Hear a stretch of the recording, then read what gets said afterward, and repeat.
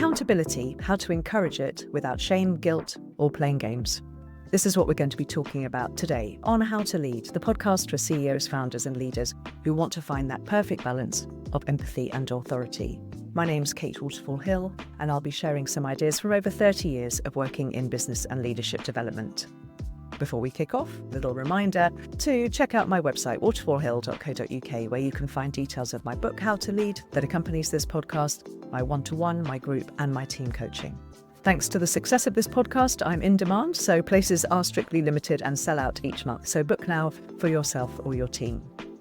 Today's topic is accountability. And before you groan, I don't mean the old school who mess this up kind of accountability that Linda might enjoy. It isn't about shame, but it is about clarity, ownership, and trust. Done right, accountability is what makes work flow more smoothly.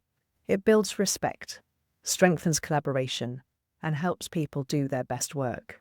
And let's face it, get stuff done. Done badly, it becomes a game of finger-pointing, avoidance, or quiet resentment. So in this episode, we'll explore how to create a culture of healthy accountability without micromanaging, guilt-tripping, or putting people on the spot.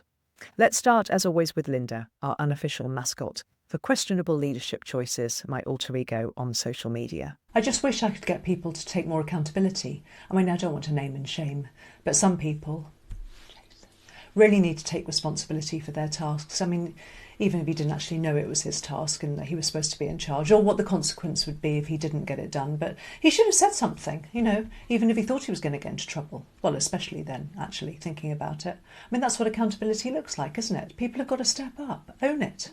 I think I am going to name and shame him in the team meeting, actually, now come to think of it. Yeah. I need to set an example that people need to take accountability. Sure. Yeah, that's that. Typical Linda, I'm not naming names, she says. Well, definitely naming names, the master of vague blame and whispered side eye. Let's talk about what accountability actually looks like. First of all, what is it?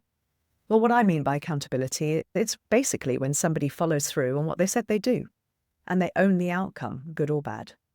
But it's not the same as blame, and it's certainly not punishment. It's definitely not about putting people under pressure for things they can't control. Accountability is about clarity of expectations, ownership of responsibilities, that's a really important part. Also, the willingness to course correct. When they see something that's not quite right, they take responsibility for getting it back on track. And then there's learning from mistakes without hiding or deflecting. It's really the glue between autonomy and performance. It's really hard to have one without the other for too long. So why does it matter so much? Accountability is really important because when it's strong, projects move faster, teams trust each other more, fewer things fall through the cracks. Also, feedback is easier to give and receive because you've got that relationship, and people take pride in their work. And importantly, the work gets done to the right quality and the timescales you expected. But when it's weak, well, everything becomes slower and heavier. Deadlines drift, meetings get a bit vague. Everyone's sort of responsible, but nobody's really on the hook. Tension tends to build quietly, that resentment I talked about. And then shoulders get sloopy. If you ask if a project is on track and the reply is, sorry, things have slipped again, that's probably because there's no accountability. And what do we do as leaders? Well, we often tend to pick up the slack, not because we want to, but the alternative is watching things stall. So if you've ever heard yourself say, why do I always end up chasing people? Or why don't they just own it and run with it? Then yes, this episode is for you. Let's examine what healthy accountability actually looks like. In a high accountability environment, people are really clear on what's expected, and they know what success looks like. They can follow through, or raise their hand early if they can't. And if things go wrong, they talk about it. And if they need help, they ask. You don't need to hound them. You don't need to rescue them. You just need to keep the lines of communication open. As always, it's not about perfection. It is about responsibility, transparency, and action. Here are some of the most common reasons why teams struggle with accountability and when I see it breaking down. Firstly, vague expectations. If people don't know what done looks like or what success might be like, they find it really hard to deliver against your expectations because that ambiguity tends to kill ownership. Secondly, if there's a lack of autonomy, if they feel like they've got no real control, They won't feel accountable. They'll just feel like a cog in the machine. Thirdly, a fear of blame, because if past mistakes were punished harshly, people tend to learn to keep their heads down. Number 4 is often there are no feedback loops, because if no one ever follows up, what's the incentive to follow through? If there doesn't seem to be any impact of non-delivery, then why bother? And then you've got poor modelling from leadership. If you regularly move the goalposts, miss your own deadlines, or don't acknowledge when you've dropped the ball, your team notices. So how do you build accountability without pressure or shame? I've got some ideas for you here that you could start doing this week to build healthy accountability across your team, peers, and even stakeholders. First of all, be clear up front. Don't assume people know what you mean by, just sort this out, will you? Or look into it, or keep me updated. Instead, ask, what does success look like? Who's doing what by when? How will we know when it's done? And what will we do if something changes? A clear brief beats a vague one every time. One of the biggest shifts I see is actually assigning ownership, not just the tasks. So move from who is doing this to who owns this. Ownership means someone is thinking about the bigger picture.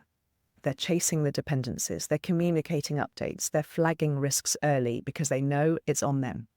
Even if people are helping you with delivery, you need to have a clear point of contact who feels a sense of stewardship. Even if they're working alongside other people in the team, they need to know exactly what they're owning and what they need to steward, as it were, what's in their control, but also what's in their area of responsibility. Then there's your job as leader, is to know what's going on. But rather than checking up on people all the time, try using check-in language instead. So if you're chasing a colleague or team member, the tone really matters. So, how's it going with X? Anything you need from me? How are you finding the timing? Still on track? What's the latest on that project? Want to talk it through? It's collaborative rather than controlling. The other thing I talk about in the episode of How to Lead, where I talk about delegation, is to have an appointment to check in. So rather than being tempted to look over somebody's shoulder or send them a quick Teams or Slack message every 5 minutes saying, hey, just check in, how's it going? Just hold back on that, have an agreed schedule of meetings, and it's more likely that the other person won't feel micromanaged. The goal isn't to catch people out, it's to support progress. Then people have got to know about the consequences. They need to be real, but fair.